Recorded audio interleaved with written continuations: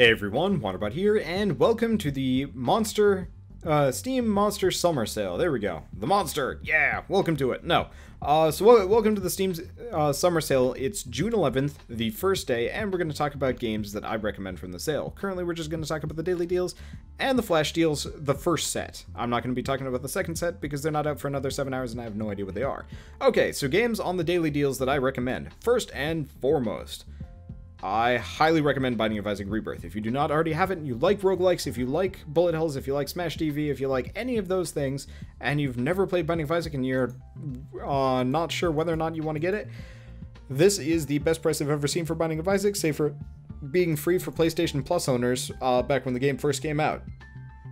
That said, a couple of caveats. This game is kind of gross and kind of hard, so if you've never played a roguelike before, this is going to be a bit of a wake-up call, and it's going to be incredibly bloody and gross. That said, with enough time and experience, you will both get very good at this game and very desensitized to the blood and grossness. So, if you like roguelikes, or if you just are interested, if you've ever seen Northern Line, if you've ever seen Bisnap, or if you've just, I don't know, heard about this game, I highly recommend it. It's probably the best roguelike on the market. And you really cannot go wrong with this one. I have 200 hours in this game, almost. I guess 180. I'll be at 200 within a month or two. And seriously, it's one of my favorite games to have come out of last year. So, not really much to say apart from just like, please, just get it. It is absolutely worth it, even though it's 50% off. A lot of people might balk at 50% off. I would not recommend doing so. It is damn good. Okay, next up is the XCOM franchise. So, XCOM franchise, a little bit wiggly here. So for $8.50, you can get XCOM Enemy Unknown and the Bureau XCOM Declassified. I do not recommend this. Do not buy it that way. It is not worth your money. What you want to do is you want to go down, if you're looking at the XCOM page, you want to go down to the XCOM Enemy Unknown Complete Pack. It is XCOM Enemy Unknown, the Elite Soldier Pack, the Slingshot Pack, and XCOM Enemy Within. Because if you just buy Enemy Unknown, Enemy Within is $15 on top of it, which is absolutely not worth it. In fact, it's actually cheaper to just buy the complete pack than to buy Enemy Within a second time around, which is silly and brings up an interesting point about punishing people that, you know, earlier adopters of XCOM Enemy Unknown, but you know what, whatever. It's damn good. You're going to get hours and hours of gameplay out of it. They're very, very quality games. A little bit low optimization and blisteringly difficult in a lot of ways, but I highly recommend them. They're very fun, they're very pretty, and they're very unique in the market as far as I'm concerned.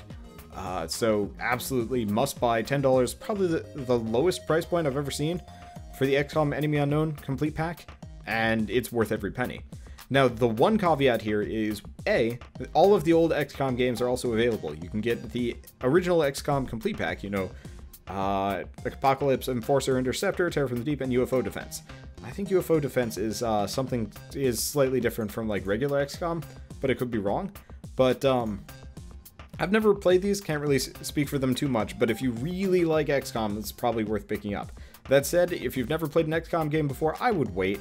They're damn good games, but they are very dated and very, very old.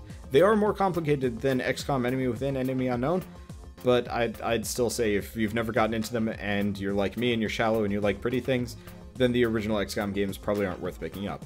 Don't know on that one. The last caveat is the Bureau XCOM Declassified. It is currently $4, which is actually a damn good price if you feel like getting into it. That said, it plays nothing like XCOM. It's got kind of a similar mission structure setup, but not really. And it's really just a third-person shooter with kind of like a weird command mode section. I don't really recommend it in terms of like go out and buy it, you know, absolute must buy. But I mean, for $4, if you want a good third-person shooter, it's decent. Just a lot of people wanted kind of like a 1950s style XCOM game, and they got this instead. So I don't know. There's that. A lot of people didn't like it, but again, I think that's just not living up to the hype. So there's that. Okay, next up on the list of things that I highly recommend is Don't Starve Together. Now, Don't Starve Together is by itself and it's $10. Not exactly the greatest price. That said, it's very good, very fun. I'd recommend picking it up if you've got friends to play with.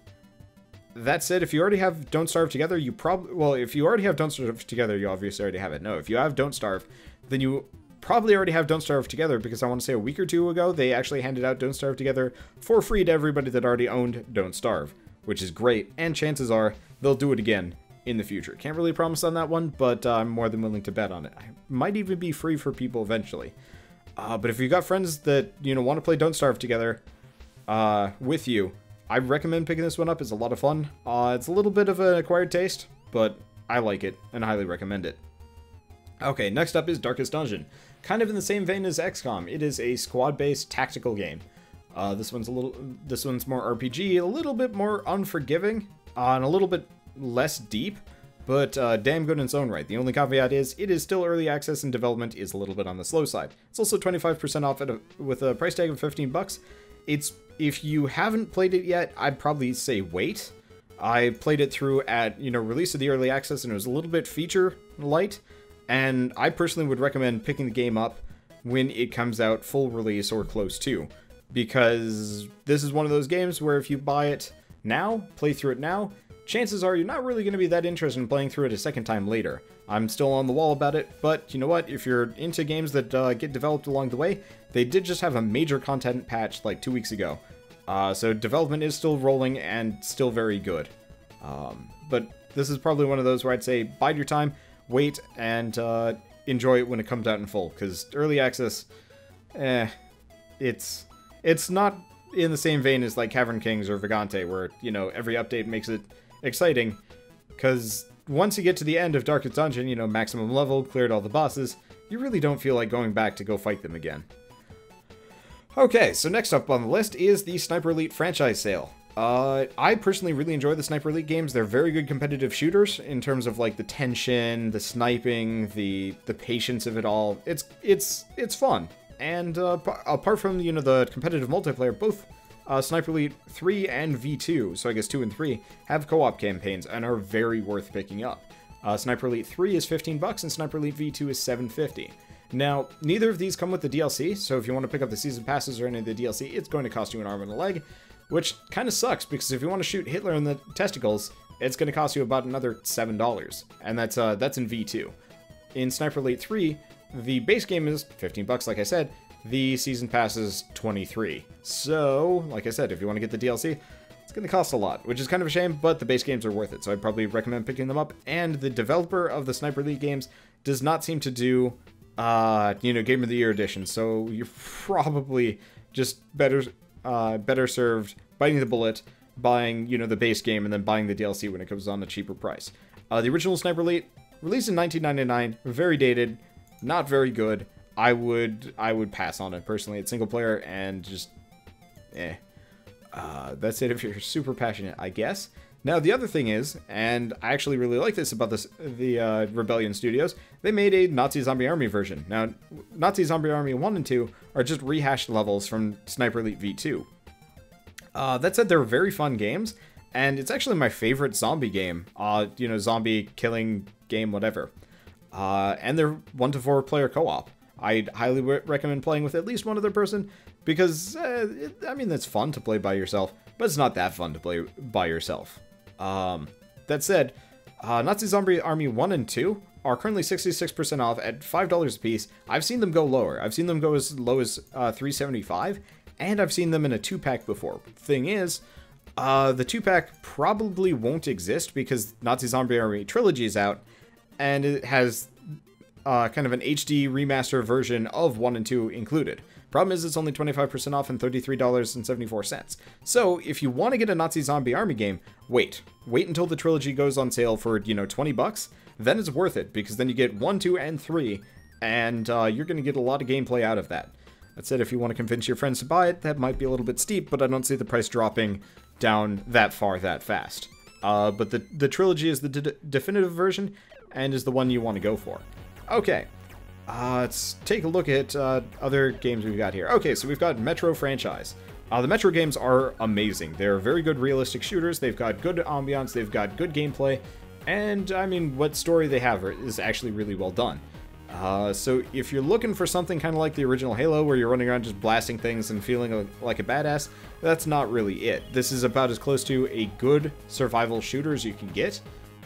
Metro 2033 and Last Light. Now, they're the Redux versions, which is the ones you want. You don't want to get the original Metro 2033. They handed out that one for free a while back anyway, and it's just not as good and not worth, you know, taking the quality hit just for that cheap of a price. Plus, you can get both Redux versions for $10. You really can't go wrong with that price tag, and they're both very good, especially if you're into like really hard realistic shooters where like you have no user interface. You have to literally check your gun to see if you have enough bullets left, which is awesome. And there's also stuff about air filters and radiation and stuff. It makes it really cool. It feels very similar in terms of like quality and like labor of love to the Witcher games. So that's about as good of a parallel as I can come up with, even though they're wildly different genres.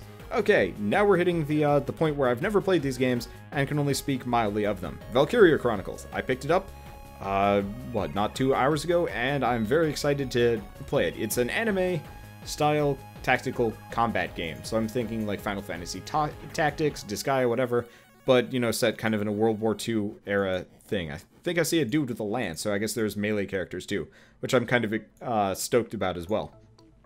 That said, I haven't played it yet, so I can't have a full opinion on it. But at $5 price tag, very positive reviews, and everybody's saying that it's a damn good port. I would recommend it if you like this sort of thing. Price is never going to go lower, and you're going to get a lot of bang for your buck with this game, as long as you can deal with the anime-ness for it. So if you don't like anime, it might be a little bit of a problem. I don't know. Either way, I recommend it. Next up, and these are... this is the Homeworld Master Collection. Now, I've never actually played this one. I've played the original Homeworld 2. Or original Homeworld 2. Yeah, I played Homeworld 2, and it was fun. It was a good RTS.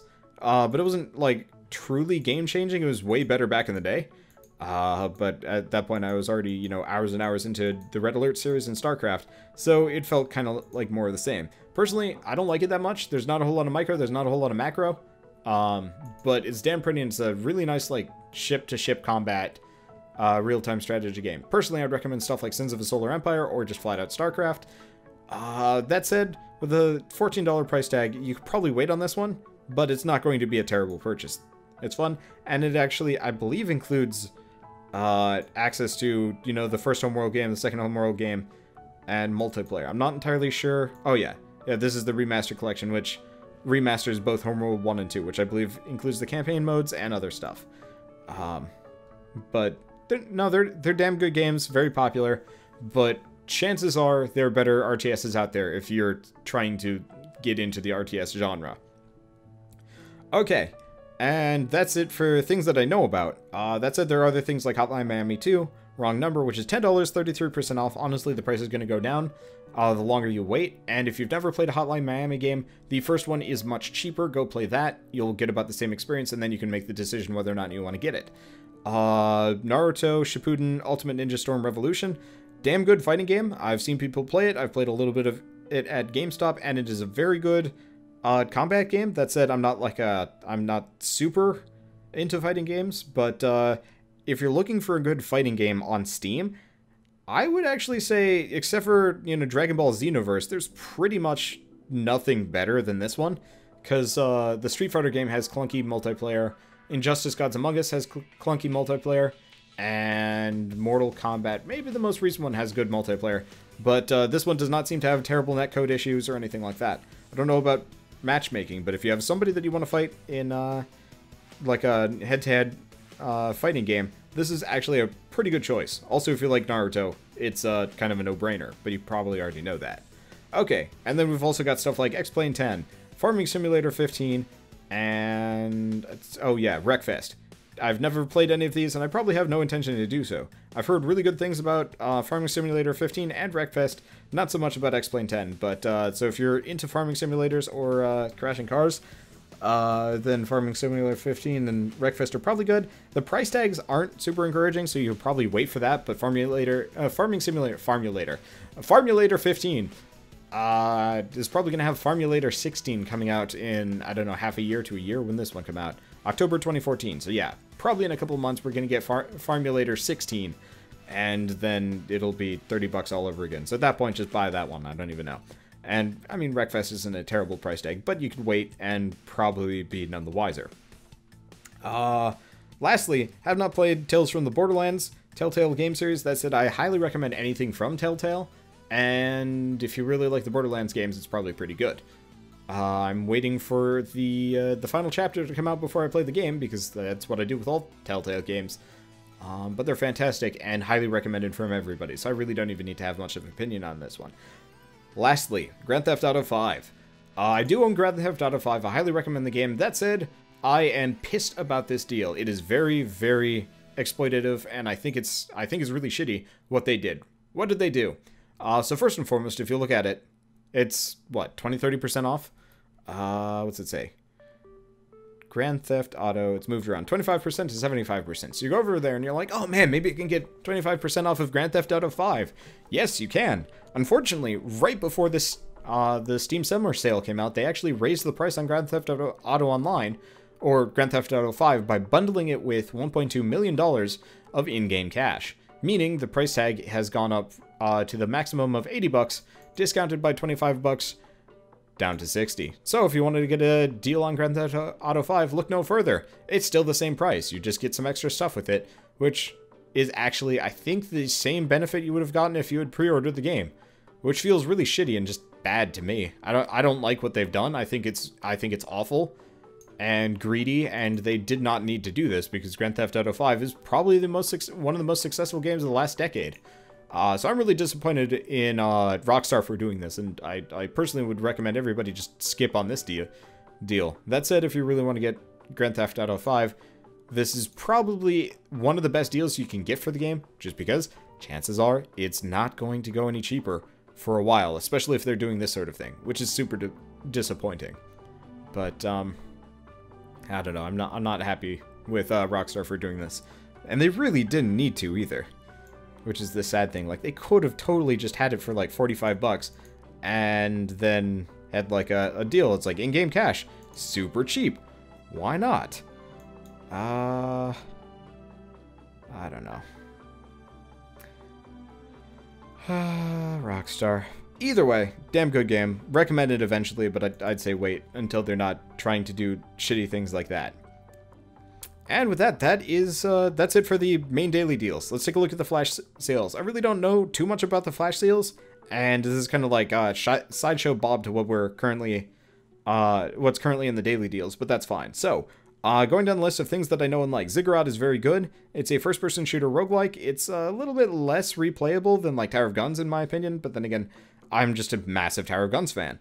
That said, I do recommend it. It is a very good game, and is actually fairly good entrance into kind of the idea of roguelike. So if you've never played one before, it's not a bad choice.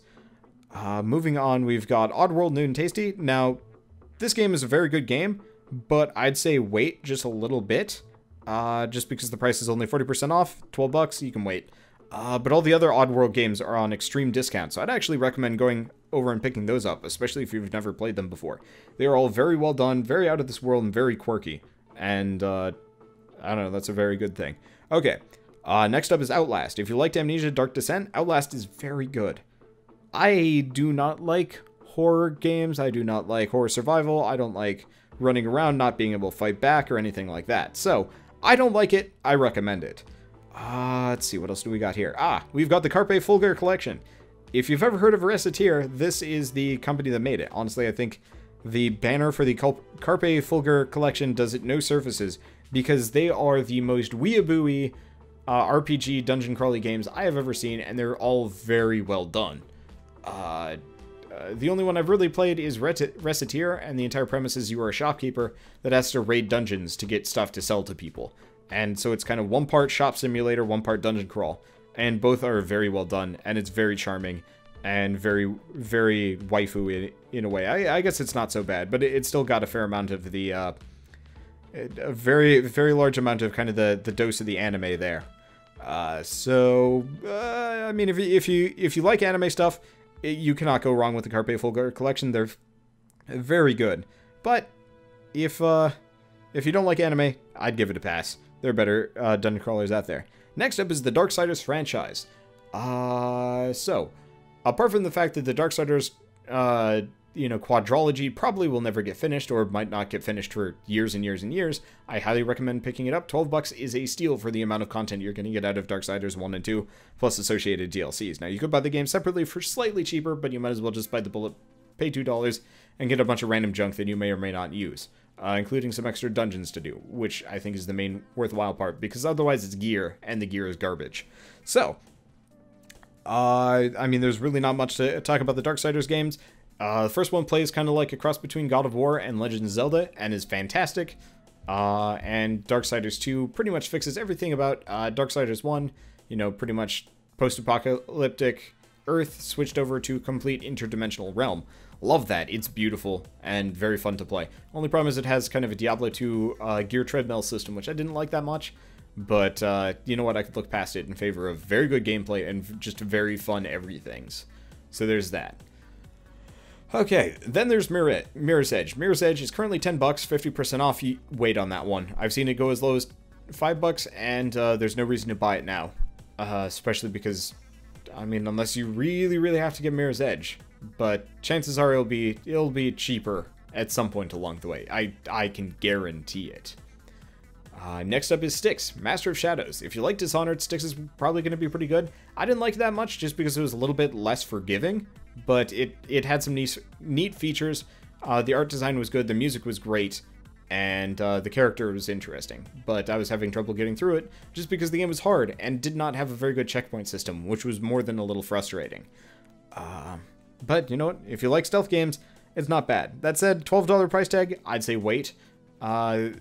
Games from this studio specifically go on sale for much, much cheaper after about a year and a half. So if you wait just a little bit, I think you'll be able to get it for, as low as $7.50 or lower, and both of which I think would be more reasonable price tags. But maybe that's just me being a deal hawk. And lastly, as far as games that I know, is Black Mesa. This is the paid version of the, I think it's still free. I could be wrong about that. I have not checked to see if Black Mesa is still free. But Black Mesa is a fan-based reimagining of Half-Life 1, and it is absolutely fantastic. It is very fun to play, very well done, high quality all around, and has the Valve seal of approval. So if you want to get into the Half-Life series, you cannot go wrong with Black Mesa. That said, the price tag is a little bit steep. So if you want to pick it up, I'd say wait. Just because it'll probably go cheaper along the way. Let's see if you can get the mod for free. I think it's going to be download mod. Okay, the Legacy release is available free for download. Okay, so the Legacy release is like a slightly out of date version. It's probably missing a feature or two. But so if you want to get Black Mesa for free, you can get that one and treat it like a demo. But I'd recommend paying for it because, as far as like labors of love fan-based things, Black Mesa is damn good. But at $17 you can probably wait, especially because Half-Life 3 is showing no signs of releasing anytime soon. So if you wanna get into the Half-Life series before then, you can probably wait a good decade and you'll be fine. So with that, that's pretty much it. I've never played Papers, Please, Viscera Cleanup, Might and Magic, Darkness 2, Pandora First Contact, or F1 2014. So I'm not even going to really talk about them. Viscera Cleanup's kind of good, but the price tag isn't great.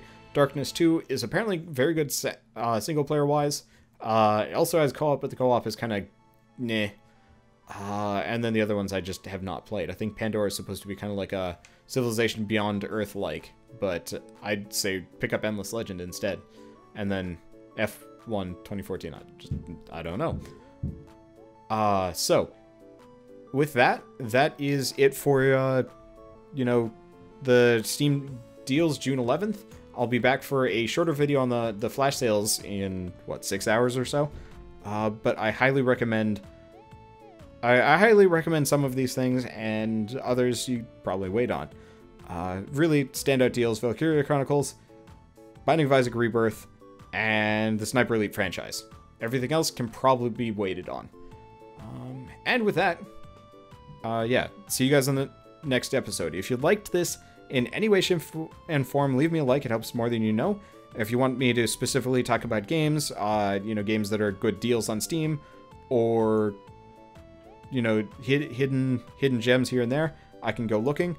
And if you want to see more of these, leave me a comment and let me know, because this is kind of a new thing for me, and I want to see if they're worth continuing.